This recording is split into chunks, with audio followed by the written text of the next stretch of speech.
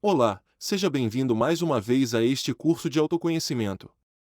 Hoje estudaremos o tema número 23, que aborda dois aspectos da nossa psicologia extremamente importantes de serem compreendidos e eliminados, pois esses dois defeitos impedem qualquer progresso real no caminho interior. Falaremos hoje sobre o fanatismo e a mitomania. Este é um tema muito importante, que exige de nós uma reflexão atenta e profunda, pois um dos primeiros grandes obstáculos que encontramos no caminho interior é justamente o autoengano. Portanto, o objetivo deste tema é aprender a identificar esses defeitos dentro de nós, tanto o fanatismo quanto a mitomania. Que possamos observar com atenção como eles se manifestam em nosso próprio interior, pois é muito fácil percebê-los nos outros, mas o mais difícil é reconhecer esses detalhes em nosso próprio psiquismo. E que possamos compreender as consequências de cair no autoengano devido a esses defeitos psicológicos, pois, por causa deles, podemos acabar distorcendo nosso próprio caminho interior e, o que é ainda mais grave, também o caminho interior de outras pessoas. Então, vamos começar falando sobre o que é o fanatismo. Para compreendê-lo melhor, analisaremos alguns detalhes que caracterizam a psicologia de uma pessoa fanática. O fanático é a pessoa que demonstra um zelo excessivo por uma crença. Assim, podemos encontrar o nosso eu fanático presente manifestando-se em tudo aquilo em que acreditamos e que sentimos a necessidade de defender com paixão exagerada. O fanático é aquele que guarda sua crença de forma ciumenta, não permite que ninguém a questione e reage com raiva, fúria e até violência diante de quem pensa diferente ou acredita em algo distinto. Ele está convencido de que aquilo em que acredita é superior ao que os outros acreditam e, consequentemente, acredita que isso torna superior as demais pessoas. Isso acontece porque o fanatismo nos leva à falsa sensação de segurança, como se apenas acreditar em algo já fosse suficiente para estarmos protegidos. E, na realidade, tendemos a ser fanáticos por muitas coisas, como times esportivos, pessoas ou personagens, cantores, líderes políticos, entre tantos outros exemplos. No entanto, talvez a forma mais intensa de fanatismo seja o fanatismo religioso, pois a pessoa sente que, nesse caso, o que está em jogo é a salvação da sua própria alma. Esse medo costuma nos tornar irracionais e nos leva a defender de forma irrefletida e, muitas vezes, violenta, nossa crença religiosa ou ideológica. Esse bloqueio mental no qual o fanatismo nos coloca não nos permite refletir que a nossa crença nada mais é do que um condicionamento social. Ela é apenas uma crença, algo que não conhecemos diretamente, que não verificamos por experiência própria, mas que nos foi transmitido pela cultura e pelo ambiente em que crescemos, ou adotado a partir de conceitos que escolhemos em determinado momento da vida.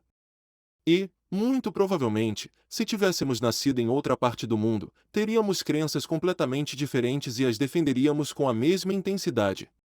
O fanatismo acaba se transformando em uma verdadeira doença da mente, pois o fanático passa a se sentir especial, favorecido por Deus, simplesmente por acreditar em algo. Em sua obsessão por defender e impor essas crenças aos outros, ele pode tornar-se extremista, falhando inclusive nos códigos morais mais básicos. Isso pode ser observado em casos de pais que maltratam ou abandonam os filhos porque eles não querem ir à igreja ou seguir os critérios religiosos da família, ou em pessoas que agridem ou matam outras por fanatismo político ou esportivo. Vemos também como o fanatismo pode chegar ao extremo de pessoas assassinarem outras em nome de Deus. Isso ocorre porque o defeito psicológico do fanatismo nos impede de diferenciar entre conceito e realidade. Dessa forma, desenvolve-se uma fé cega, alimentada por aqueles que insistem para que não se investigue, mas apenas se acredite no que é dito. E, na maioria das vezes, essa fé cega é incutida com base no medo, medo da morte, da punição, do inferno e de outras ameaças semelhantes. Devemos compreender também que tanto o fanatismo religioso ou espiritual quanto o fanatismo ateísta são apenas dois aspectos do mesmo defeito psicológico. Assim como o fanatismo religioso ou espiritual pode nos levar a acreditar cegamente em conceitos sobre a divindade sem nunca tê-los verificado diretamente, levando-nos a defendê-los de forma apaixonada. Da mesma maneira, o ateu defende com paixão o seu conceito materialista. Ele não se dá a oportunidade de investigar por si mesmo se existem ou não forças e experiências espirituais superiores, fechando-se em seu conceito ateísta e acreditando que ele representa a verdade absoluta. Portanto, devemos começar reconhecendo o eu fanático naquele ciúme e naquela fúria com que reagimos quando alguém acredita em algo diferente de nós ou simplesmente tem gostos distintos dos nossos. Devemos reconhecê-lo também naquele defeito que nos leva a nos contentar em acreditar apenas no que conhecemos intelectualmente, sem nunca nos encorajarmos a investigar diretamente por nós mesmos a verdade dessas coisas nos mundos superiores da consciência. E também precisamos reconhecê-lo em nossa forma de pensar, quando acreditamos que apenas acreditar já é suficiente para estarmos seguros, quando acreditamos que salvaremos a nossa alma por acreditar nesta ou naquela religião, ou neste ou naquele Deus. Quando, na realidade, salvar a alma envolve um trabalho consciente sobre nós mesmos, um esforço real de autoconhecimento e de despertar de toda a nossa consciência. No entanto, quando o conhecimento é recebido e a pessoa já sabe o que deve fazer para despertar a sua consciência, dois caminhos se abrem diante dela: o caminho do crente e o caminho do prático. E o mais comum é que, ao recebermos esse conhecimento e começarmos a simpatizar com ele, o nosso defeito fanático tente nos conduzir imediatamente pelo caminho do crente. Infelizmente, a maioria das pessoas acaba seguindo esse caminho. O crente é aquele que acredita que basta saber e, a partir desse momento, passa a fingir que é um santo. Ele quer que os outros vejam e percebam que ele está mudando, deseja sentir-se identificado com a crença que professa. Assim, começa a reprimir os seus defeitos, principalmente quando está em público ou quando não se sente seguro. Dessa forma, costuma parecer muito gentil, muito paciente, muito abençoado diante dos outros. Porém, quando está sozinho ou em um ambiente de confiança, como com a família mais próxima ou com amigos íntimos, ele se transforma e deixa escapar tudo aquilo que nunca trabalhou verdadeiramente em si mesmo, mas apenas reprimiu. Um detalhe importante desse eu crente é que ele é extremamente intelectual. Por isso, gosta de se alimentar quase exclusivamente de conteúdos intelectuais. Está sempre buscando mais e mais informações para se documentar no plano da mente, mas não aprecia a prática. Ele se satisfaz apenas em assistir vídeos, ler livros ou textos sobre este ou aquele tema, mas, como não gosta de praticar, nunca verifica nada por si mesmo. Esse é um erro muito comum nesses estudos, acreditar que, pelo fato de o conhecimento intelectual estar sendo adquirido, a consciência também está despertando. Isso é totalmente falso, pois, para que o despertar da consciência realmente ocorra, é indispensável seguir o outro caminho. Esse outro caminho é o caminho do prático. A pessoa prática é aquela que, em vez de se limitar a acreditar em todas as informações que recebe, dedica-se a praticar e a verificá-las por si mesma. Ela se esforça para aplicar as diferentes ferramentas com paciência e disciplina, perseverando até começar a perceber resultados concretos. Graças à sabedoria que obtém a partir do próprio trabalho interior, essa pessoa torna-se independente, deixando de estar sujeita aos conceitos alheios. Assim, o conhecimento do prático passa a ser um conhecimento próprio, adquirido por meio da experimentação direta daquilo que lhe foi ensinado. É, portanto, o prático quem realmente começa a avançar no caminho interior, pois nesse caminho só se progride através das obras realizadas, por meio do trabalho constante e consciente sobre os três fatores para a revolução da consciência e das práticas de verificação. Pois, sem a morte psicológica, não existe libertação da consciência, e não conseguimos resgatar a sabedoria que permanece aprisionada nos defeitos psicológicos. Sem a prática do nascimento espiritual, não teremos os nossos corpos existenciais, e, consequentemente, não poderemos receber a sabedoria do nosso ser íntimo nas diferentes dimensões da natureza. Sem o sacrifício pela humanidade, não somos capazes de desenvolver o amor, e, sem amor, não é possível avançar internamente. E, acima de tudo, se não praticarmos, jamais conseguiremos verificar nada por nós mesmos. O prático compreende tudo isso e passa a praticar, demonstrando com a própria vida os resultados das suas obras. E isso incomoda profundamente os fanáticos que, movidos pelos defeitos da preguiça e da inveja, desejam alcançar a autorrealização sem realizar o trabalho necessário. Portanto, precisamos analisar com atenção esses aspectos do eu fanático, buscando descobri-los dentro de nós por meio da autoobservação, a fim de eliminar esse defeito da nossa psicologia e, assim, poder avançar no conhecimento interior. Vamos, então, analisar alguns detalhes desse defeito. Um detalhe fundamental do eu fanático é que ele não gosta de praticar.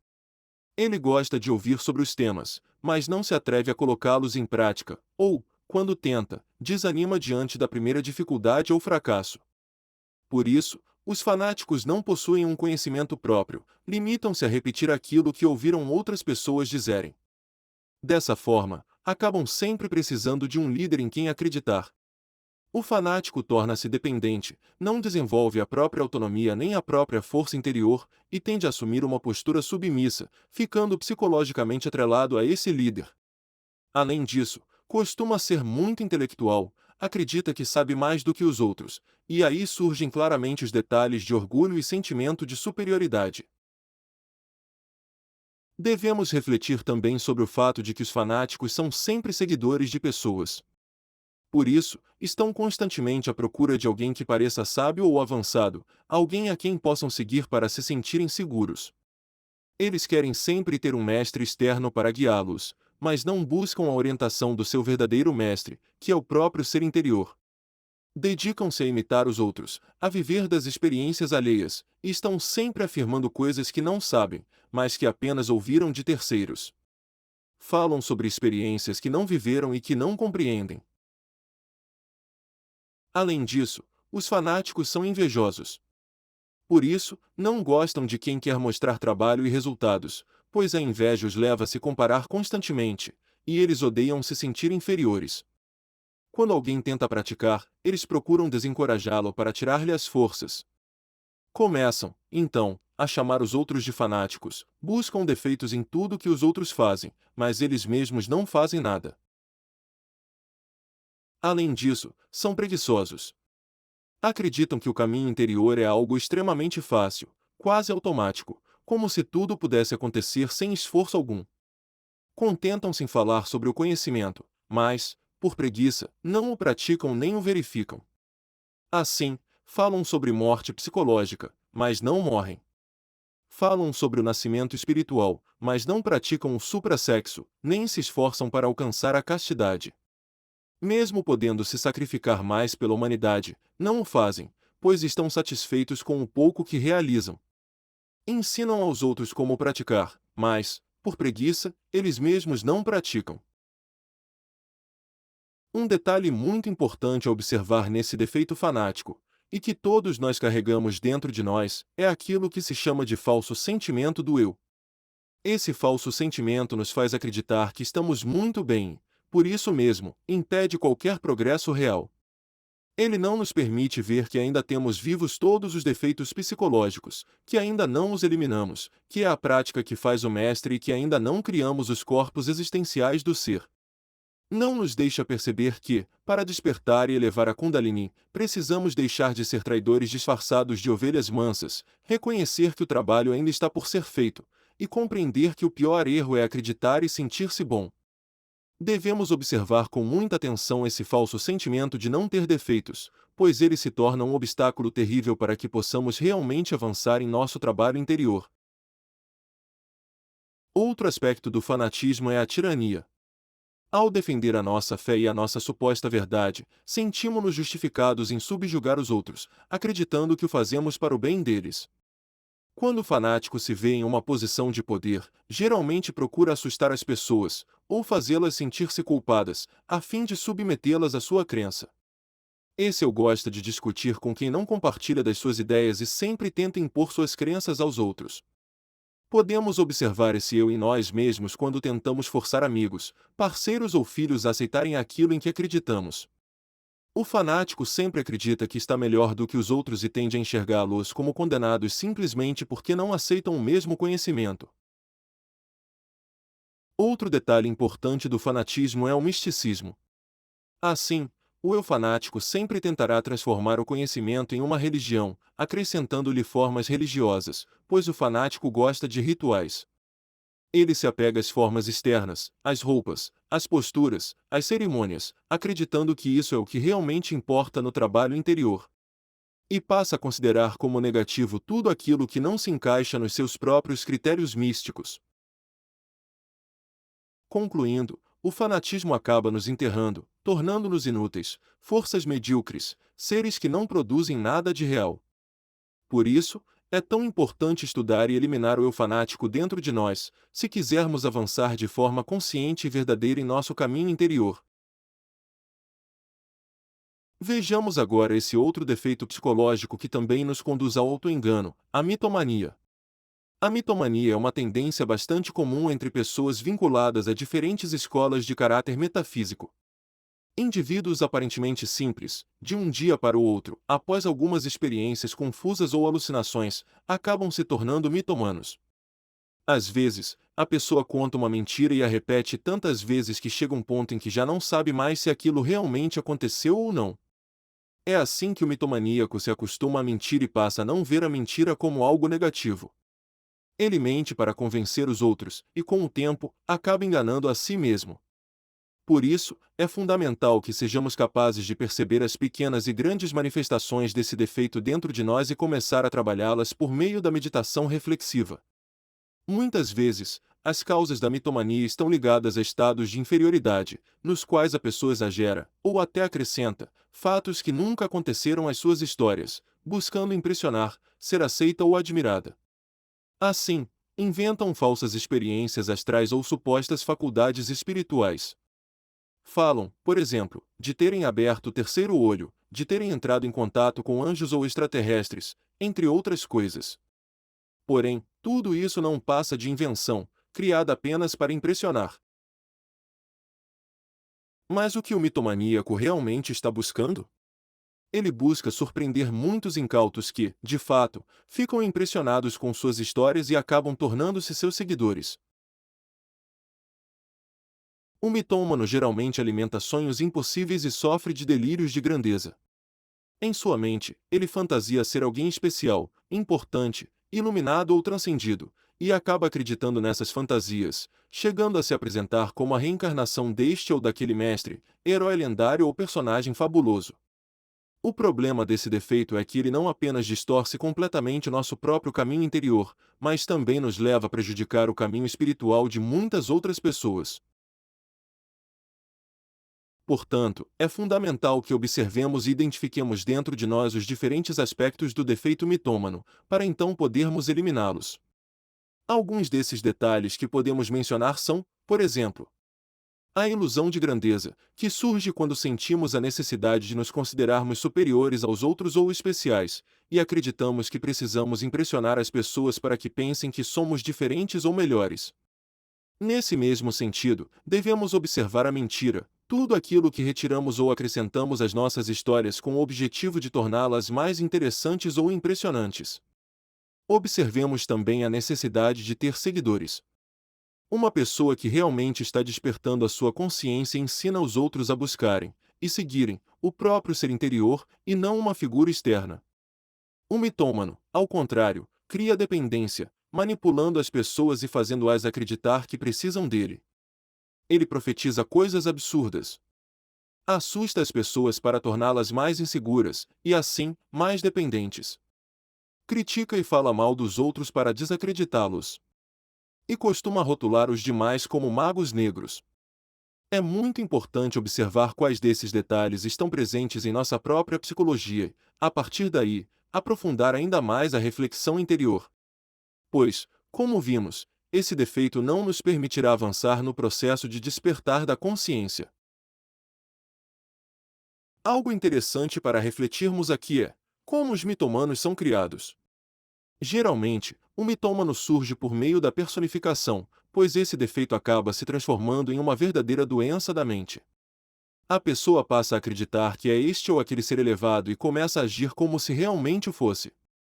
Além disso, os mitomanos podem ser formados a partir de sonhos mal interpretados e de delírios astrais. Por exemplo, alguém assiste a um filme ambientado em uma determinada época ou sobre um herói lendário, e como sua consciência está adormecida, passa a sonhar com essas cenas. A partir disso, começa a fantasiar até acreditar que é aquele personagem ou a reencarnação dele, convencendo-se de que viu no astral cenas de supostas vidas passadas.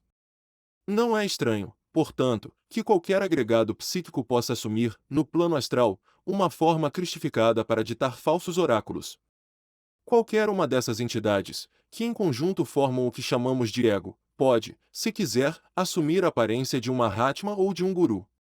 Então, ao retornar ao estado de vigília, o sonhador passa a afirmar sobre si mesmo: sou autorrealizado, sou um mestre. Além disso, algumas circunstâncias externas também podem contribuir para a formação de um mitômano, como o uso de certas drogas e substâncias alucinógenas, experiências de quase morte, momentos de arrependimento intenso após uma vida desequilibrada ou mesmo uma vida dedicada à bruxaria, levando a pessoa a acreditar que foi chamada por Deus para guiar os outros. Em outras situações, o mitômano surge como consequência do fanatismo, ao ser um seguidor fanático de outro mitômano, que acaba convencendo de que ele também é um ser elevado ou iluminado. Tudo isso acontece, no fundo, porque a pessoa não é séria consigo mesma, não trabalha sobre si, não busca despertar a própria consciência e não procura a orientação do seu verdadeiro mestre interior. No fim das contas, todos esses mitomanos são como um muro sem alicerces, que brilha por um tempo, como um fogo fato, e logo se apaga, deixando confusão e profunda desorientação entre os seus seguidores. Assim, vemos que, mais cedo ou mais tarde, todos esses mitomanos acabam sendo desmascarados. Descobre-se que eram farsantes, muitas vezes envolvidos em abusos graves, e o mais triste de tudo é que as pessoas que seguiram acabam profundamente decepcionadas e perdem a sua inquietação espiritual. O objetivo deste estudo é justamente compreendermos a necessidade urgente de trabalhar e eliminar de dentro de nós esses defeitos do fanatismo e da mitomania. Devemos entender que esses defeitos mantêm aprisionada uma parte muito importante da nossa consciência e que possuem força suficiente para nos impedir de despertar a consciência. Por isso, é indispensável trabalhar esses defeitos por meio da morte psicológica. A aniquilação de cada uma dessas entidades subhumanas é essencial para libertar a essência. Somente quando a essência é emancipada é que ocorre o seu despertar e, então, a sua iluminação. Lembremo-nos de que o pior tipo de autoengano acontece quando começamos a acreditar e a sentir que somos bons, elevados e santos. Nesse momento, deixamos imediatamente de perceber a necessidade de mudança, perdemos a revolução da consciência e ficamos estagnados indefinidamente em nosso avanço interior. Esta foi a conferência de hoje. Espero que tenha sido útil para você. Lembre-se de que pode deixar suas dúvidas nos comentários. Convido você para a nossa próxima conferência, na qual falaremos sobre como transformar a nossa vida por meio da transformação e da elevação do nosso nível de ser. Veremos como é o nosso próprio nível de ser que atrai todas as circunstâncias da nossa vida. Não perca! Até a próxima!